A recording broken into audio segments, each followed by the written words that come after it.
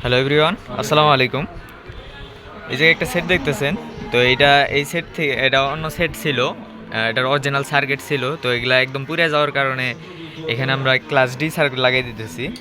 তো এই জায়গায় হইতেছে যে ক্লাস ডি যে 1500 ওয়াটের যে সার্কিটটা আছে ওয়ালটন পিসিবির, এই যে সার্কিটটা এর আগে ভিডিওতে দেখছেন। তো এটার সাপ্লাই ভোল্টেজ হইতেছে 75 075 এসি, ফিল্টারিং করার পরে যেটাই আসে ওইটা। আর এগুলা একটা বোর্ডের প্রাইস হইতেছে 4200 টাকা। তো যাদের লাগবে আমার সাথে যোগাযোগ করবেন। তো এটা দুইটা বোর্ড দিয়ে এটা কমপ্লিট করতেছি।